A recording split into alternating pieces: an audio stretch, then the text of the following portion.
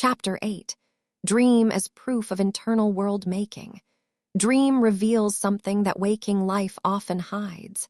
Entire worlds can be generated from within.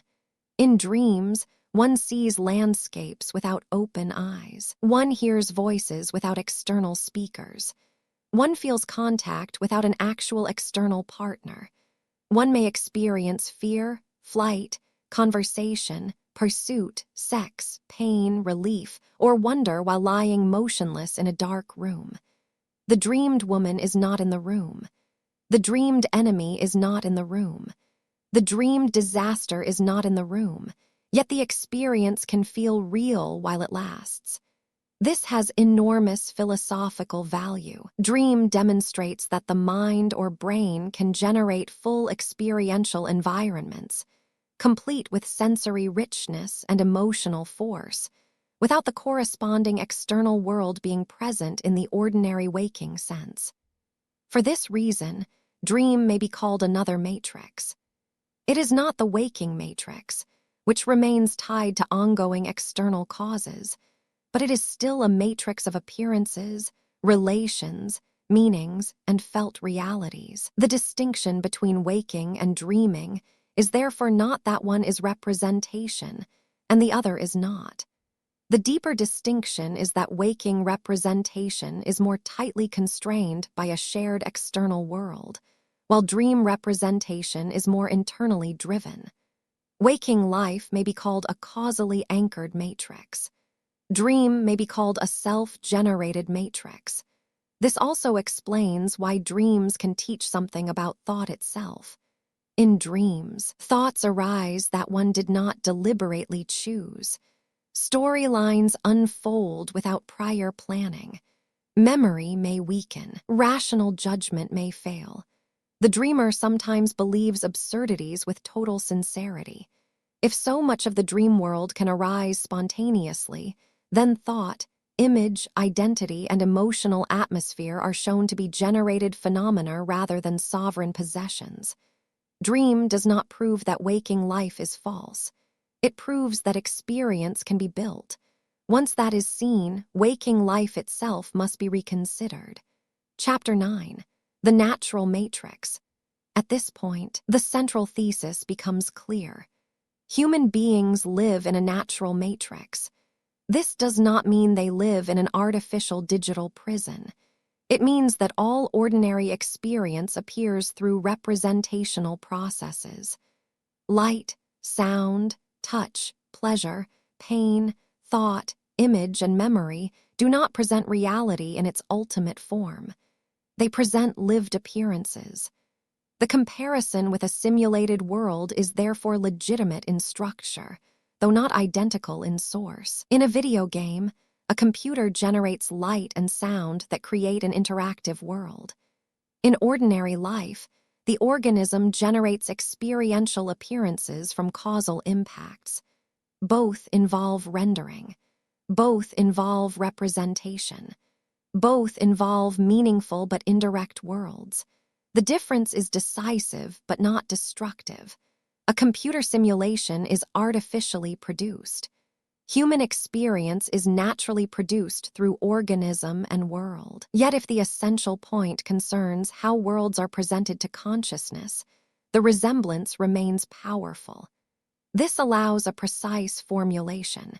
Human beings may not live in a machine-made matrix, but they do live inside a matrix of generated appearances. The phrase illusion must therefore be used carefully. Illusion does not mean total falsity. It means that what appears is not identical with ultimate reality. The seen world is not useless. It is operationally meaningful. It guides action, relationship, survival, and knowledge. But it remains appearance. It remains presentation. It remains representation. Chapter 10. If everything experienced is representation, what is truth? Once experience has been understood as representational, a deeper question emerges. If sight, sound, touch, thought, and dream are all appearances, then what deserves the name truth? Several layers must be distinguished. First, there is appearance, the world as experienced. This includes color, sound, pressure, pleasure, memory, thought, and self-image. This is the matrix layer. Second, there is cause, the external or internal reality that gives rise to appearance. The seen sun is not the sun in itself, but something real causes the appearance. The heard voice is not the voice in itself, but something real causes the hearing. Cause stands closer to truth than appearance because it is less formatted by experience. Third, there is ultimate reality, the thing as it is before it becomes image, sound, touch, concept, or dream. This is the most difficult level because it cannot simply be looked at as another object inside experience. If it appears in experience, it has already entered representation. This means that the most immediate certainty may not be any specific object at all. The most immediate certainty may be only that experience is occurring. Something appears. Something is known. The contents may be representational, but the fact of appearing itself seems undeniable. This line of thought gives rise to the question of awareness. Chapter 11. Awareness, intelligence, love, and the problem of the experiencer. If everything seen is representation, then to whom does it appear? This question does not necessarily point to a mystical entity. It simply follows from structure. If there is a display, there is an appearing. If there is an appearance, there is a knowing of appearance. Awareness becomes important at this point because it seems more basic than the contents within it.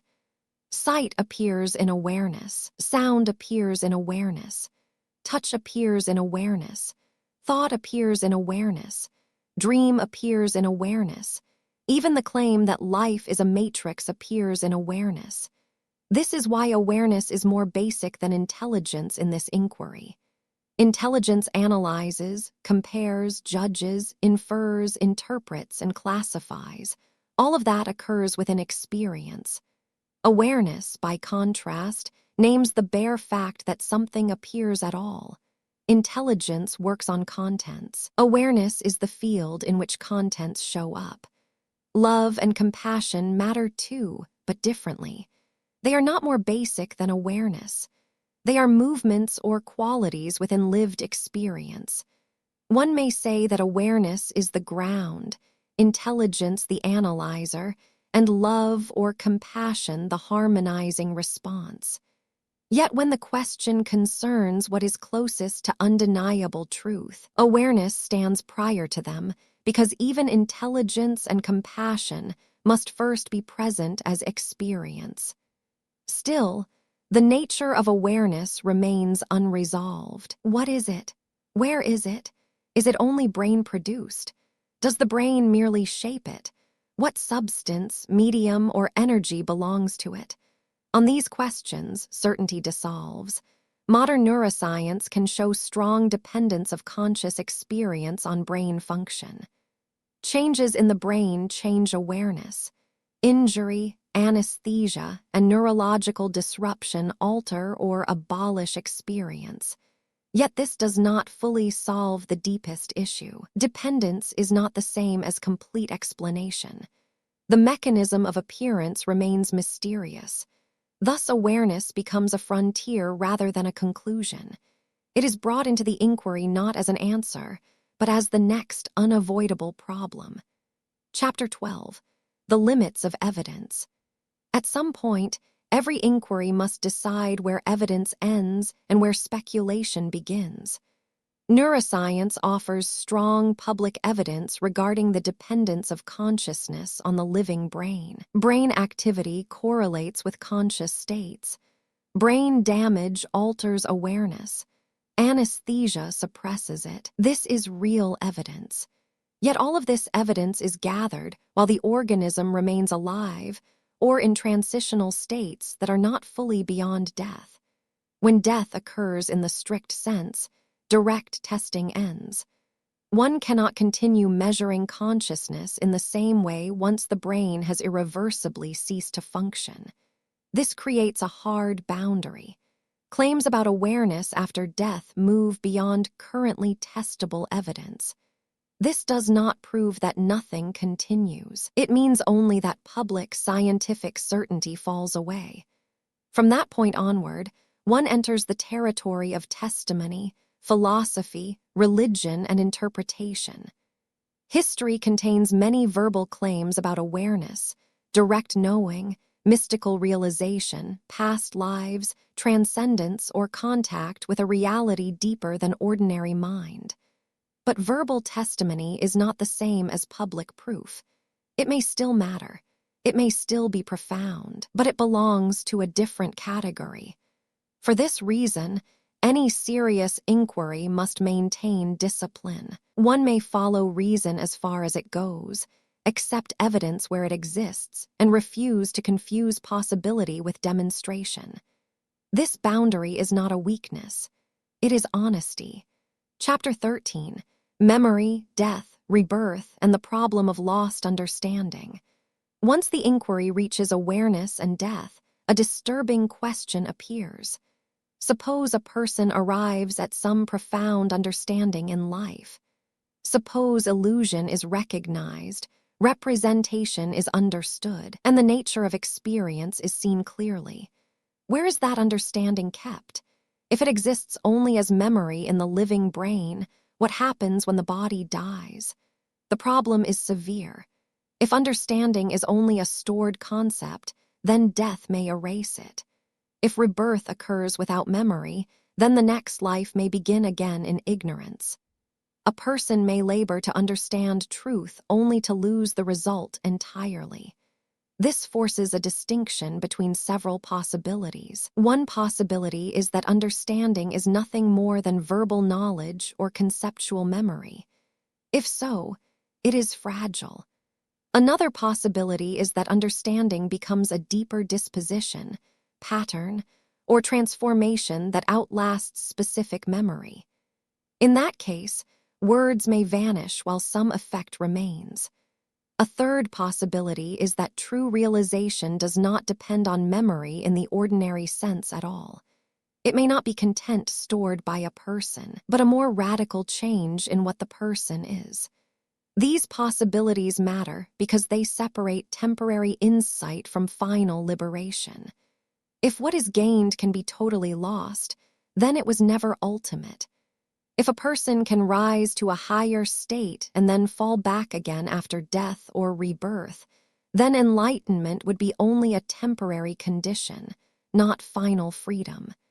This creates a severe logical demand. For enlightenment or ultimate realization to have lasting meaning, either something must continue beyond death besides ordinary memory, or the realized transformation must be irreversible, or the cycle itself must end. If none of these is true, the whole enterprise threatens to collapse into repetition. Chapter 14. Why Nirvana enters the picture. This is why the idea of nirvana becomes philosophically important. If every state can rise and fall, if every insight can be forgotten, if every refinement can reverse, then no improved condition inside the cycle is enough.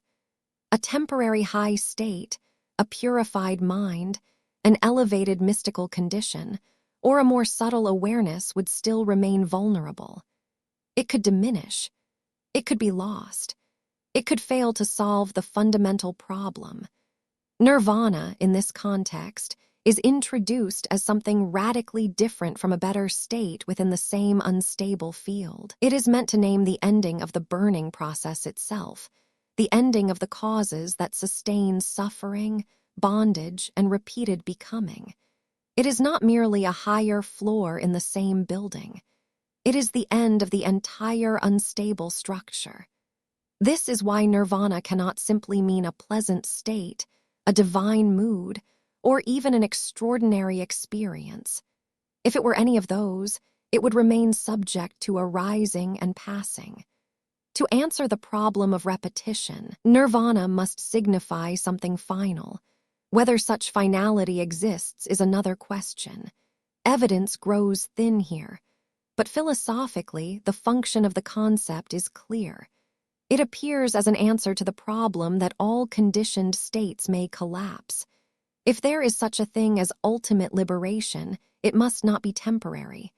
Thus, nirvana enters not as decoration, but as necessity within the logic of the inquiry.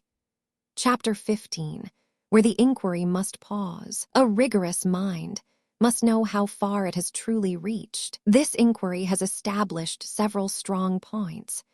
Human perception does not present objects directly, but through representation. Light, sound, and touch are not the things themselves, but channels of causal influence. The sensory organs transduce physical events into neural signals. The brain re-encodes those signals and generates experience. Dream proves that whole experiential worlds can arise without the ordinary external scene being present. Waking life and dream life therefore share a structural resemblance as matrices of appearance, though they differ in the degree to which external causes constrain them. From this, it follows that ordinary human life is representational. It is matrix-like in structure. It may justifiably be called illusion, provided illusion means meaningful appearance rather than total falsehood. Beyond this, however, certainty weakens. The exact nature of awareness remains unresolved. The relation between awareness and brain remains partly mysterious. The continuation or non-continuation of awareness after death is not publicly proven. The fate of understanding, memory, realization, enlightenment, and rebirth cannot be settled by ordinary evidence alone. At this boundary, philosophy can continue, religion can continue, meditation can continue, speculation can continue, but certainty cannot simply be claimed. There is dignity in stopping where evidence ends. Conclusion. To say that life is a matrix need not produce despair. It need not imply that everything is false, meaningless, or hopelessly deceptive. The deeper lesson is subtler. What is experienced is not ultimate reality itself. It is a rendered world, a world of appearances constructed from causes, signals, and interpretations. But appearance is not useless. Representation can still carry truth, just not truth in its final naked form. One may compare ordinary life to a map. A map is not the territory, yet it can still guide. It can still correspond. It can still reveal structure. In the same way, lived experience is not the thing in itself, yet it is not therefore empty of all meaning. It is the form in which life is given to a living being. The most mature conclusion is neither naive realism nor empty nihilism. It is this: human beings do not directly possess reality, but neither do they float in total falsehood. They live within meaningful appearances shaped by real causes. That is enough to transform the question. The issue is no longer whether the world is real in the ordinary crude sense. The issue is how reality appears, how appearance is generated, how far evidence can take us, and what remains worthy of the name truth when every sensed world has been recognized as representation. If there is wisdom in this inquiry, it lies not in pretending to have reached the final answer, but in learning to distinguish appearance from cause, cause from ultimate reality, and evidence from desire. To live well within a natural matrix may begin with nothing more than this honesty. Please press on the subscribe button if you liked the book.